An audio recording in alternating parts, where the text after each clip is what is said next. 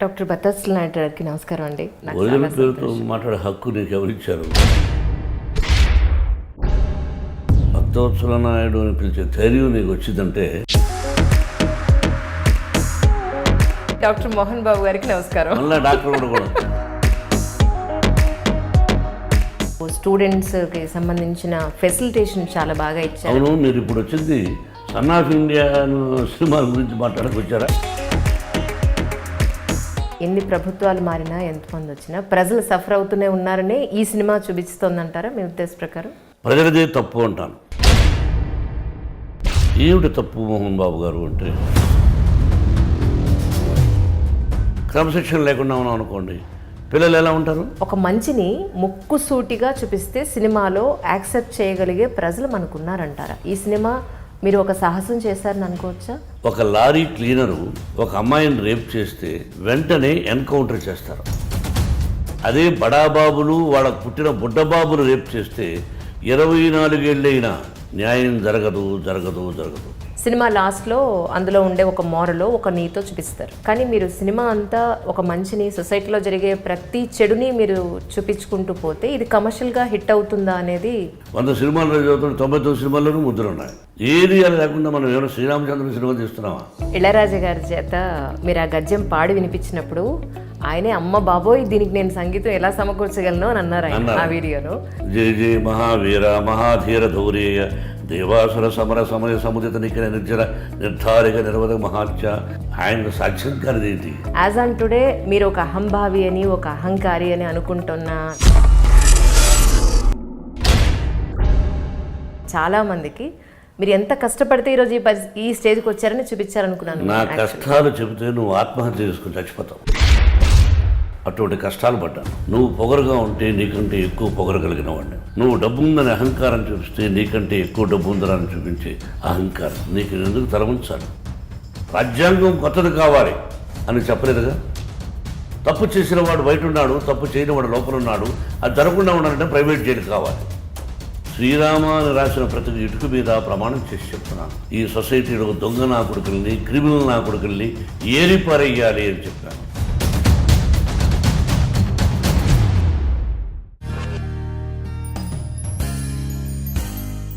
అందరికీ నమస్కారం అండి.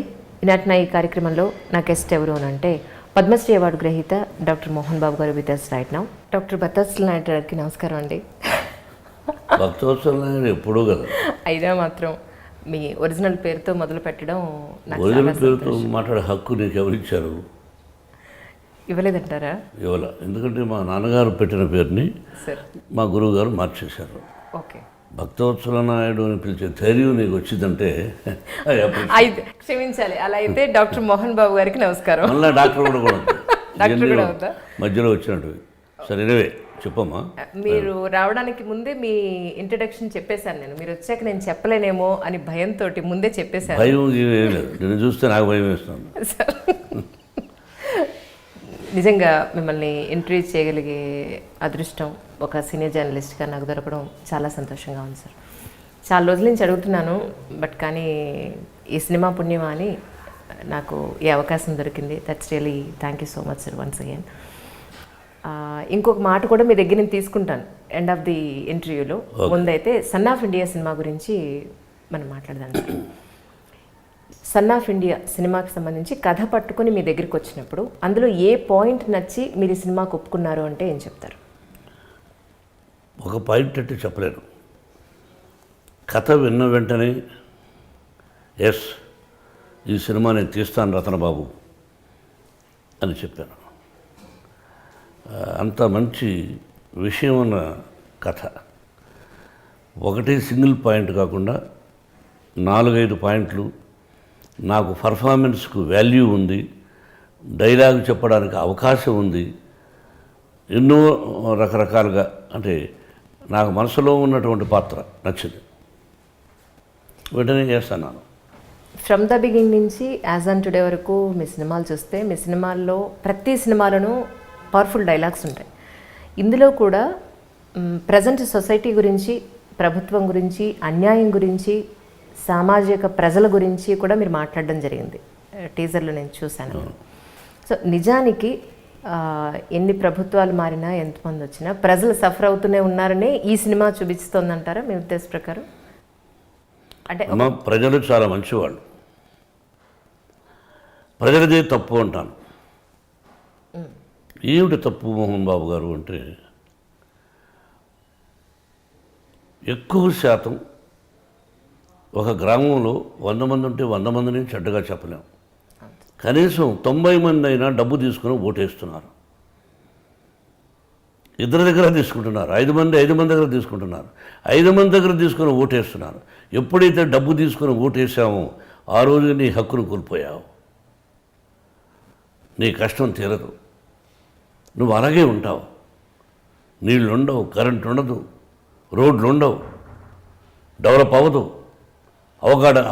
అవడానికి అవకాశం లేదు. అది మనం చేసుకుంటున్నాం. ప్రజలంటే మనంతా ప్రజలమే, మనం చేసుకుంటున్నాం. ఇవన్నీ చూస్తూ దానిలో నుంచి ఉండే బాధ, దీంతోనే కథలు తయారవుతుంటాయి రకరకాలుగా. నాకు అదేవిధంగా ఈ సినిమాలో కూడా ఒక ఆ టైప్ ఆఫ్ కొన్ని ఉండబట్టి ఈ కథ నచ్చింది. ఎన్ని మారినంటే మనం మారలేదని, మనం మారాలి కదా ముందు. ఇంట్లో తల్లిదండ్రి పిల్లల్ని మారండి అంటే తల్లిదండ్రులు ముందు క్రమశిక్షణలో ఉండాలిగా, అవునా కదా? ఇప్పుడు నేను నా భార్య ఉన్నాం, 24 అవర్సు తాగుతూ తింటూ పనికి రాకుండా ఉండి క్రమశిక్షణ లేకుండా ఉన్నాం అనుకోండి, పిల్లలు ఎలా ఉంటారు? మేము క్రమశిక్షణలో ఉండి బిడ్డలకు మీరు క్రమశిక్షణలో ఉండండి, జీవితానికి మంచిదని నేర్పించినప్పుడు అయ్యో అమ్మా నాన్న చాలా కరెక్ట్గా ఉన్నారు, మనం కరెక్ట్గా ఉండాలనిపిస్తుంది. విద్యాలయాలు ఉన్నాయి, చైర్మన్గా ఒక పద్ధతిగా మేమందరం కరెక్ట్గా ఉన్నాం అనుకోండి, ఈ కాలేజీ చాలా బాగుందిరా, ఈ స్కూల్ చాలా బాగుందిరా అని తల్లిదండ్రులు వచ్చి బిడ్డను చేర్పిస్తారు. చేర్పించడం వరకే నీ కూతురైనా నీ కొడుకైనా చేర్పించడం వరకే.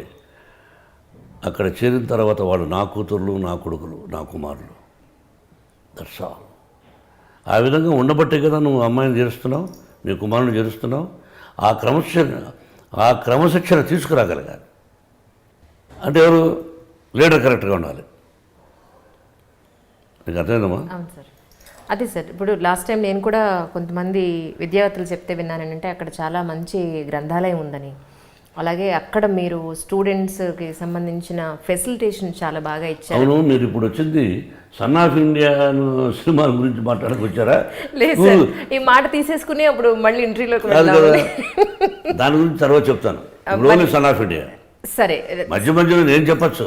సరే, నేను అడగను, ఒక మాట తీసేసుకుని మళ్ళీ నేను సన్ ఆఫ్ ఇండియాలోకి వెళ్ళిపోతాను. సో దానికి సంబంధించిన ఇంటర్వ్యూ ఒకటి మీరు నాకు ఇస్తానని. ఎందుకేనమ్మా, డెఫినెట్గా ఎన్నో ఇంట్రెస్ట్ వస్తాను. ముందు రండి, విద్యాలయాలకు రండి, యూనివర్సిటీ అయింది వచ్చి చూడండి, ఎందుకు గవర్నమెంట్ యూనివర్సిటీ ఇచ్చింది దీనికి అనేది చూడండి, అర్హతలు చూడండి. Yes, this Mohan Babu college is fit for university అని మీ నోటి నుంచి హృదయపూర్వకంగా చెప్పి పిల్లల్ని ఆశీర్వదించండి, ఏదైనా మెసేజ్ ఇవ్వండి. తప్పకుండా సార్. మీరు ఇందులో ఒక డైలాగ్ అన్నారు, ఏంటంటే సామాన్య ప్రజలకి న్యాయం జరగదా అనేది అన్నారు. మరి నిజానికి కూడా సామాన్య ప్రజలకి ప్రస్తుత ప్రపంచంలో ఎక్కడా న్యాయం జరగట్లేదు. కానీ ఒక మంచిని ముక్కుసూటిగా చూపిస్తే సినిమాలో యాక్సెప్ట్ చేయగలిగే ప్రజలు మనకున్నారంటారా? ఈ సినిమా మీరు ఒక సాహసం చేశారని అనుకోవచ్చా? ఈ పిక్చర్ సాహసమే. ప్రజలు చెప్పిన ప్రజలు చాలా మంచివాళ్ళు, గొప్పవాళ్ళు. కానీ ప్రజల్లో మార్పు రావాలి, ఆ ఓటుకు ఇది అనే విషయం చెప్పుకొచ్చాను. ప్రజల్ని మనమంతా అందరూ మంచివాళ్ళే. సాహసం చేశాను ఈ సినిమాకు. ఇప్పుడు నువ్వు ఉన్నావు, సామాన్యమైన ప్రజలకు న్యాయం జరగదా అని డైలాగ్ చెప్పాను దీనిలో. ఒక లారీ క్లీనరు ఒక అమ్మాయిని రేప్ చేస్తే వెంటనే ఎన్కౌంటర్ చేస్తారు. అదే బడాబాబులు, వాళ్ళకు పుట్టిన బుడ్డబాబులు రేపు చేస్తే 24 ఏళ్ళైనా న్యాయం జరగదు. డబ్బున్నోడుకో న్యాయం, డబ్బు లేనోడుకో న్యాయం, పదవున్నోడుకో న్యాయం, పదవి లేనోడుకో న్యాయం. ఈ టైప్ ఆఫ్ డైలాగ్స్ మన సన్ ఆఫ్ ఇండియాలో ఈజ్ ద ట్రూత్. చెప్పగలగాలి. నాకెందుకు అనుకుంటే అట్లా సాహసమే చేయాలి. సాహసం ఎవడో కూడా అడగాలి. సుభాష్ చంద్రబోస్ అడగలేదా? మహాత్మా గాంధీ గారు ఎందుకు ఇంట్లో కూర్చొని బయట వచ్చాడు ఆయన? చెప్పండి. భగత్ సింగ్ ఏంటి, అల్లూరి సీతారామరాజు ఏంటి, ఇలా చెప్పుకుంటూ పోతే ఎవరు మేధావులు ఎందుకు వచ్చారు బయటికి? మాకెందుకు లేని వాళ్ళు కూడా ఇంట్లో కూర్చోవచ్చు కదా. సర్దార్ వల్లభాయ్ పటేల్ ఏంటి? మరి ఎన్ని మహానుభావులు చాలామంది ఉన్నారు. నాకెందుకు అని కూర్చున్నవాడు అసమర్థుడు. పోరాటం చేయాలి, తప్పు జరుగుతున్నప్పుడు అందరూ ఏకం కావాలి, అప్పుడు ఏదైనా సాధించగలం. సినిమా తీయాలని నా ఒక్కడి వల్ల ఎటవుతుంది? 10 మంది ఆర్టిస్టులు ఉన్నారు. 10 మంది అంటే ఆ సినిమాలో 10 మంది కావాలనుకున్నాడు, 10 మంది 5 మంది కావాలనుకున్నాడు, 5 మంది ఆర్టిస్టులు కావాలి, ఒక డైరెక్టర్ కావాలి, ఒక టెక్నీషియన్ కావాలి, ఒక రకరకాల వీళ్ళందరూ ఉండి అందరూ కలిసికట్టుగా చేస్తేనే ఒక సినిమా తయారవుతుంది. అది దర్శకుడు బ్రహ్మాండంగా నడిపించాలి. అప్పుడు ఏదైనా సమాజంలో కానీ సినిమా కానీ నువ్వు అనుకున్నట్టు జరుగుతుంది. అంటే మన తెలుగు ఫిల్మ్ ఇండస్ట్రీలో ఒక మంచిని చెప్పాలి అని అంటే కనుక ఒక కమర్షియల్ ఎలిమెంట్స్ అంతా ముందంతా చూపించి సినిమా లాస్ట్లో అందులో ఉండే ఒక మోరలో ఒక నీతో చూపిస్తారు. కానీ మీరు సినిమా అంతా ఒక మంచిని, సొసైటీలో జరిగే ప్రతి చెడుని మీరు చూపించుకుంటూ పోతే ఇది కమర్షియల్గా హిట్ అవుతుందా అనేది నా ప్రశ్న. గ్యారంటీగా కమర్షియల్గా హిట్ అయ్యే సినిమా ఇది. ఈ సినిమా కమర్షియల్గా హిట్ అవుతుంది. ఎందుకంటే ఈ మధ్య వచ్చే పిక్చర్స్ వేరు, ఈ కథ వేరు. సార్, మన ప్రజలు కానీ యూత్ కానీ కొన్ని కథలను ఇష్టపడతారు. అవును సార్. ముద్దులే కాదు, కౌగులింతనే కాదు, బట్ ఎక్కువ ముద్దులు కౌగులింతనే ఇష్టపడతారు. ఆ ముద్దులు కూడా పెట్టించాను ఇలా. 2 అమ్మాయిల ముద్దులు కౌగులింతలు అంటే తక్కువగానే, ఎక్కువ కాదు సార్. అంటే యూత్ కోసం అని కాదు, ఆ సీన్లో ఆ అవసరం వచ్చింది, అది కూడా చేయించేశాను. ఇంట్లో అందరూ కోపడ్డారు. మీ కోపం అలా ఉంచుకోండి, నేను చేయాలనుకున్నాను, డైరెక్టర్కి ఇష్టమైంది. సినిమా అది తప్పుగా కాదు, తప్పుగా చూపించాను నేను. సినిమాలు ముద్దులు పెట్టించాలని కాదు. మరి 100 సినిమాలు చదువుతున్న 99 సినిమాల్లోనూ ముద్దులు ఉన్నాయి, ఇండైరెక్ట్ డైలాగులు ఉన్నాయి. దీనిలో కూడా ఇండైరెక్ట్గా ఒక సీన్లో 2 సీన్లో ఉండొచ్చు. ఏది అని లేకుండా మనం ఏమైనా శ్రీరామచంద్రుని సినిమా తీస్తున్నావా, భగవద్గీత తీస్తున్నావా, రామాయణం తీస్తున్నావా, హరిశ్చంద్రుని తీస్తున్నావా? కాదుగా. సొసైటీలో జరుగుతున్న అన్యాయాన్ని ఏదైతే చూపించడానికి ఒక మంచి చిత్రం, ఫ్యామిలీ హ్యాపీగా సినిమా చూడొచ్చు. ఎస్, నువ్వు నీ బిడ్డలతో హ్యాపీగా సినిమాకి వెళ్ళి ఒక మంచి చిత్రం చూశాను అనిపిస్తుంది. జుగుప్సాకరటువంటి సన్నివేశాలు లేవు. 11వ శతాబ్దంలో గద్యం. నేను ప్రక్కడికే వస్తున్నాను సార్. చెప్పాం. ఇళయరాజా గారి చేత మీరు ఆ గద్యం పాడి వినిపించినప్పుడు ఆయనే అమ్మ బాబోయ్ దీనికి నేను సంగీతం ఎలా సమకూర్చగలను అని అన్నారు ఆయన ఆ వీడియోలో. నిజంగా అలాంటి గద్యం మీకు ఎక్కడ దొరికింది అసలు? ఈ మన వాళ్ళు ఎవరో చెప్పారమ్మా. అది చూస్తే ఆ హిస్టరీ తీస్తే ఇప్పుడు గద్యం కనిపించింది. దాని ముందు రాయించి నేను బైహార్ట్ చేశాను. సినిమాలో పెట్టాలని కాదు. జై జయ మహావీర, జయ జయ మహావీర, మహాధీర ధౌర్యేయ, దేవాసుర సమర సమయ సముదిత నిఖిల నిర్జర నిర్ధారిక నిర్వద మహాత్య, దశవదన దమిత దైవత పరిషద్ అభ్యర్థిత దాశరథి భావ, దినకరకుల కమర దివాకర. ఇట్లా ప్రాక్టీస్ చేశాను. ఎక్కడైనా సభలో మాట్లాడేటప్పుడు మాట్లాడొచ్చేద్దామని. అది ఆటోమేటిక్గా ఐడియా వచ్చింది. దర్శకుడు చెప్పాను, విష్ణువు చెప్పాను, అలా బాగానే ఉంది, మరి ఎట్లా అడుగుతాను రా ఇళయరాజా గారు. నేను అడిగాను. బాబుగా ఆయన పెద్ద జోక్ చేస్తూ ఉంటాడు. ఆయన సాక్ష్యం కానిది ఏంటి, బాబుగారు ఇది ఎలాగా మీరు పాడుతారా అని. నేను పాడితే మీరు ఎందుకండి అన్న జోక్గా చేశారు. రాహుల్ 5-6 మంది దగ్గర పాడించాం, కుదరలేదు. రాహుల్ నంబియారని మలయాళీ అతను చేత పాడించాం. సాంస్క్రిట్లో వాళ్ళు పండిట్లమ్మా. మలయాళం వాళ్ళకు ఉన్నటువంటి పట్టు మనకు తక్కువ అని నా అభిప్రాయం. అవును సార్. కానీ ఫిల్మ్ ఇండస్ట్రీలో ఎన్నో పేజీల గ్రాంధికంలో లేదంటే ఇప్పటి ప్రజెంట్ వాడుక భాషలో ఉన్న డైలాగ్స్ సింగిల్ టేక్లో చెప్పగలిగే వాళ్ళు, ధారాళంగా తెలుగు అటు గ్రాంధికం మాట్లాడగలిగే వాళ్ళు అతి తక్కువ మందిలో ఎన్టీ రామారావు గారు, తర్వాత మీరు, మీ కుటుంబ సభ్యులు వరుస పెట్టి చూస్తే ఆ డైలాగ్స్ని కొంతమంది మాత్రమే చెప్పగలరు అనే గొప్ప పేరు సంపాదించుకున్నారు. నిజంగా సచ్ ఏ లెజెండరీ పర్సన్. అది ప్రజలు ఇచ్చినటువంటి ఆశీస్సులు, ప్రజలు నాకు ఇచ్చారా చెప్పగలిగేదానికి స్ఫూర్తి చాలామంది ఉన్నారు. అది ప్రాక్టీస్ చేశాను. డైలాగ్ చెప్పలేమన్నారు, చెప్పగలిగాను. భాష తెలియదన్నారు, భాష తెలుసు అన్నాను. చదువుకోలేదన్నారు, చదువుకున్న వాడినే అన్న నిరూపించాను. అంటే దాని అర్థం చదువుకుంటేనే తెలివితేటలు వస్తాయా, చదువుకోకుండానే తెలివితేటలు వస్తాయి. అర్థమైందా? కాబట్టి చదువు ముఖ్యం అనుకో. ఆ విధంగా భాష మీద కమాండ్ తెచ్చుకోవాలనుకుని ప్రాక్టీస్ చేశాను. సినిమా గురించి మాత్రమే అని నన్ను రిస్ట్రిక్ట్ చేసేసారు. కానీ యాక్చువల్లీ నేను నా ఇంటర్వ్యూలో మోహన్ బాబు గారిని ఎలా చూపించాలనుకున్నానంటే, ఈ రోజున మోహన్ బాబు గారు అందరికీ తెలుసు. ఎన్నో విద్యా సంస్థలు ఉన్నాయి, లేదంటే ఇంత సంపాదించారు, పిల్లలు ఇంత సెటిల్ అయ్యారు. మీరు అక్కడ కూర్చున్న ఒక పర్వతం మీద కూర్చున్న వ్యక్తి మాత్రమే సొసైటీకి అంతా తెలుసు.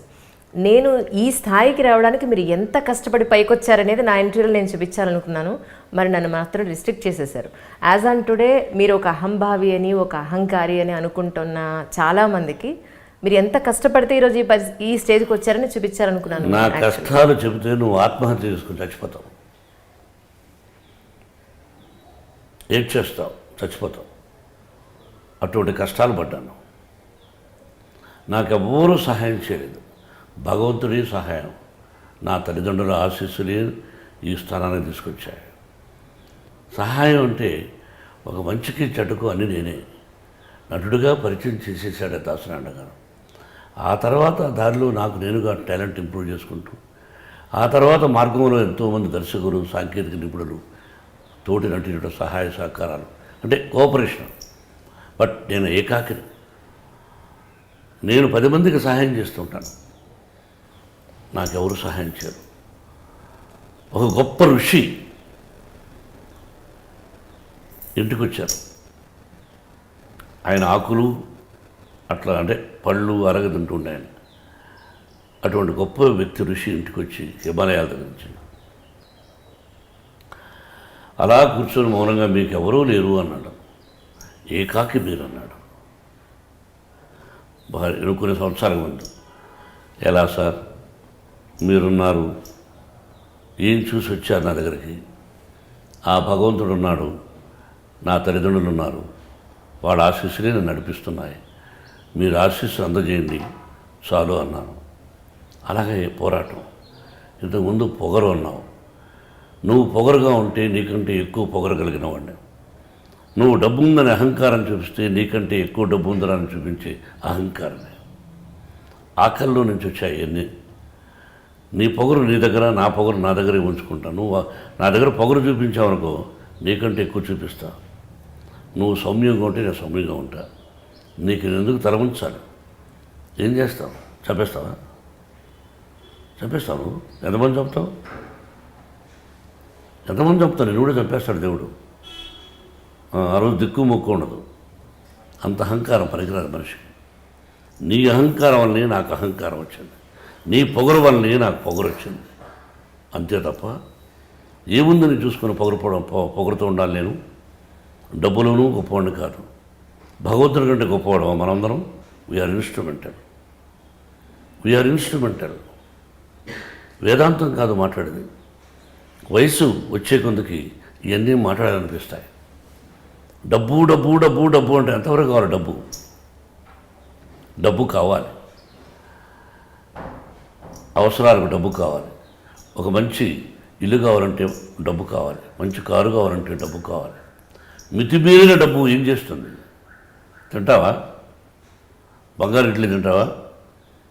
నేను మామూలు ఇడ్లీ తింటాను, ఇప్పుడు మీతో తయారు చేసిన ఇడ్లీ, అది వేరుశనగకాయ చట్నీ.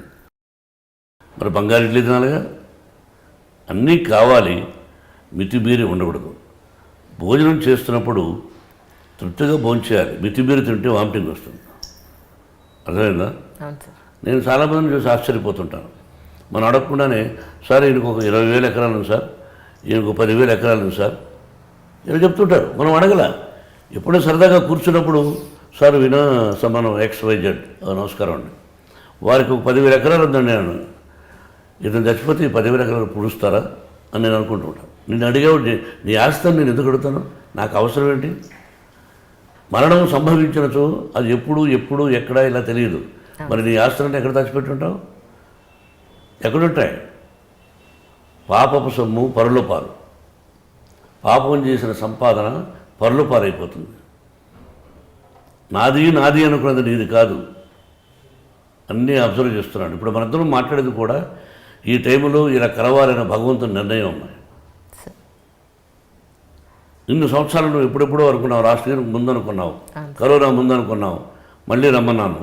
మరి ఈ రోజే వచ్చిన అవకాశం అంటే అది భగవంతుని నిర్ణయం, ఒక స్నేహం, ఒక గురువు, ఇవన్నీ కూడా భగవంతుని ఆశీస్సులే. కానీ తెలియనప్పుడు అహంకారంతో అనుకుంటాం. కాదు, కాళ్ళు తల కిందకి పెట్టి కాళ్ళు పైకి లేపి తపస్సు చేసినా ఏది జరగాలో అది జరుగుతుంది, ఎప్పుడు జరగాలో అప్పుడే జరుగుతుంది. కానున్నది కాకమానదు, జరగనున్నది జరగకమానదు, పోనున్నది పోకమానదు. ఇది తెలుసుకుంటే ఎదుటి వాడికి అపకారం చేయకుండా ఉంటాడు. That's all. నా జీవితంలో వీలైనంత వరకు ఎదుటివాడికి అపకారం చేయకూడదు. మీరు సినిమా గురించి అన్నారు, కానీ ఒక్క ప్రశ్న మాత్రం చాలా రోజులుగా నేను ఇంటర్వ్యూలో అడగాలని అనుకున్నాను. మళ్ళీ నెక్స్ట్ ఇంటర్వ్యూ మీరు ఎప్పుడు ఇస్తారో, అందుకని ఆ ఒక్క క్వశ్చన్ మాత్రం ఈ సినిమా ఇంటర్వ్యూలో అడుగుతాను, with you permission. Son of India గురించేనా మనందరం మాట్లాడుతున్నాం, మళ్ళీ ఎక్కడికి వెళుతున్నాం? ఎక్కడికి వెళ్ళను. అది అసలు ఎంత బాగుందో మీరు చెప్పిన కంటెంట్, నిజంగా చాలా చాలా సొసైటీకి చాలా దగ్గరగా ఉంది. సామాన్య మానవుడు, భార్య బిడ్డ హ్యాపీగా ఉండాలనుకున్న వాడికి అవును సార్, ఒక రాజకీయ నాయకుడి వల్ల జరిగినటువంటి ఘోరం, ఆ రాజకీయ నాయకుడు వీడిని శిక్షించాడు. అంటే ఆ రాజకీయ నాయకుడి వల్ల వీడు జైలు పాలయ్యాడు. చేయని తప్పుకు శిక్ష అనుభవించాడు. శిక్ష అనుభవించేటప్పుడు నేనే ఒక తప్పు చేయలేదు, శిక్ష అనుభవిస్తున్నాను, న్యాయం ధర్మం అన్ని డబ్బులు కమ్ముడిపోయాయి, నేను ఇలా అయిపోయాను. మరి నాలాగా ఎంతమంది ఉన్నారని అన్వేషిస్తే ఎంతోమంది అని తేలింది. భారతదేశంలో ఎంతమంది ఉన్నారని అడిగితే కొన్ని వేల మంది ఉన్నారు. అంటే తప్పు చేయని వాళ్ళు జైళ్లలో శిక్ష అనుభవిస్తున్నారు, తప్పు చేసిన వాడు బయట ఉన్నాడు. మరి వాళ్ళ భార్య బిడ్డలు, అయ్యో మా భర్త తప్పు చేయలేదు, శిక్ష అనుభవిస్తున్నాడు అని ఏడ్చుకుంటూ తన బిడ్డలకు ఏం చెప్తుంది? నాన్న తప్పు చేయలేదురా అని చెప్పినా మరి జైల్లో ఉన్నాడే. ఇటువంటి సంఘటనతో private jail, I want private jail అన్నాను. ఇన్ని ఉండగా ప్రైవేట్ జైలు ఏంటన్నారు? ప్రైవేట్గా ఏమున్నాయి నువ్వు చెప్పమ్మని నేను అడుగుతున్నా. ప్రైవేట్ కాలేజీలు ఉన్నాయి, ప్రైవేట్ హాస్పిటల్స్ ఉన్నాయి, ప్రైవేట్ ప్లేన్స్ ఉన్నాయి. అవును sir. Private hospitals, private jails, private బస్సులు, ప్రైవేట్ స్కూల్స్, అవును సార్, అన్నీ ఉన్నాయి. మరి ప్రైవేట్ జైలు మాత్రం ఎందుకు ఉండకూడదు? Can you give answer? రేపు ఈ సినిమా చూసి చెప్పగలరు ఎందుకు ఇవ్వకూడదు? నేను అడిగిన తప్పేంటి? కొత్త రాజ్యాంగం రాయాలి అని చెప్పలేదుగా నేను. అవును సార్. రాజ్యాంగం కొత్తది కావాలి అని చెప్పలేదుగా. Private jail what for? తప్పు చేసిన వాడు బయట ఉన్నాడు, తప్పు చేయని వాడు లోపల ఉన్నాడు, అది జరగకుండా ఉండాలంటే ప్రైవేట్ జైలు కావాలి అని చెప్పాను. అది ఎట్లా ఒక న్యూ కాన్సెప్ట్ తీసుకొస్తున్నారు సొసైటీలోకి మొత్తానికి. మీరు ఇది కూడా ఆలోచిస్తారేమో చూడండి. నిజంగానే గవర్నమెంట్ ఏమన్నాను, అయోధ్యలో శ్రీరామ అని రాసిన ప్రతి ఇటుక మీద ప్రమాణం చేసి చెప్తున్నాను, ఈ సొసైటీలో దొంగ నా కొడుకుల్ని, క్రిమినల్ నా కొడుకుల్ని ఏరిపారేయాలి అని చెప్పాను. ఇలా చెప్పగలిగిన వాడెవడు? చెప్పు. మీరు తప్పు మాట్లాడుతున్నారు మోహన్ బాబు గారు అని చెప్పి ఒప్పుకుంటాను. లేదు సార్. అంటే ధైర్యంగా సినిమా తీయకూడదా? మరి నీకు ఇష్టం వెళ్ళను అలా సినిమా తీయాలన్నా? నువ్వు 50 మందులు పెట్టుకొని సినిమా ఇప్పుడు తీయాలన్నా? నీకోసమే సినిమా తీసేది, నీకోసమే, ప్రజల కోసమే సినిమా తీయాలి. అసభ్యకరంగా కాదు, ఉన్నట్టు చూపించగలగాలి. కొన్ని సొసైటీలో ఏం జరుగుతుందో చెప్పగలగాలి సినిమా ద్వారా, మంచి చెడ్డ అన్నీ. అడవిలో ఉన్న సినిమా తీశాను, దాని రాడికల్ పాత్ర వేశాను నేను. నక్సలిజం అది నాకు దానిలో కొన్ని సిద్ధాంతాలు ఇష్టం, అందుకని దానిలో తీశాను. Every dialogue is a golden dialogue. మళ్ళీ అటువంటి నక్సలిజం సినిమా రాదనుకుంటాను. అటువంటి డైలాగ్స్ రావు. అవును సార్. అడవిలో అన్న అవును. భూస్వామి ఎవరు భూస్వామి ఇట్లా అసలు వండర్ఫుల్ డైలాగ్స్. చాలా గొప్పగా ఆడింది ఆ సినిమా. ఈ సినిమా బానిస ఎవడికి రా బానిస, ఎవడికి రా బానిస, ఇలాగా. సినిమా మొత్తం షూటింగ్ ఎక్కడ జరిగిందండి ఇది? మా తిరుపతి, హైదరాబాద్ తీశాను. మన స్టేజ్ మీద మీరే అన్నారు మీతో సినిమా తీయడం చాలా కష్టం అని చెప్పని. ఎందుకని? యాక్చువల్లీ మీరు మీ శరణాగతి కోరి ఎవరైనా వస్తే కాదు లేదు అనే వ్యక్తి కాదు. ఒకటి, ఎవరైనా కన్నీరు పెట్టుకుంటే చూడలేనంత సున్నిత మనస్కులు. No doubt. అయితే ఇంత సెన్సిటివ్గా ఉండే మోహన్ బాబు గారు బయట జనాలు ఎందుకంత భయపడుతున్నారు అనేది నాకు అర్థం కాలేదు. నాకు అర్థం కాదు అప్పుడప్పుడు. అంటే ఒకటి ఆలోచించారమ్మా, నిజాన్ని నిక్కచ్చిగా నిర్భయంగా మాట్లాడేవాడిని చూస్తే సొసైటీ భయపడుతుంది. మనకెందుకురా వాడితో దొంగను నమ్ముతుంది సొసైటీ. ఈ డబ్బు ఇచ్చేవాళ్ళు కూడా ఎగ్గొట్టే వాళ్ళను ఇస్తారు. బ్యాంకర్స్ కూడా ఎక్కువ శాతం దొంగలకు ఇస్తుంది అప్పు, కరెక్ట్గా పే చేసేవాడికి ఇవ్వదు. అవును సార్. అవును. నాకు అనుభవం ఉంది బ్యాంకర్స్. మీకు ఉందా? మరి చూసావా? నాకు ఆ మధ్య ఒక ఆయన ఆఫీసర్ చెప్పాడు, ₹1,00,000 కావాలి, 5 లక్షలు కావాలని ప్లాన్ చేశాడట.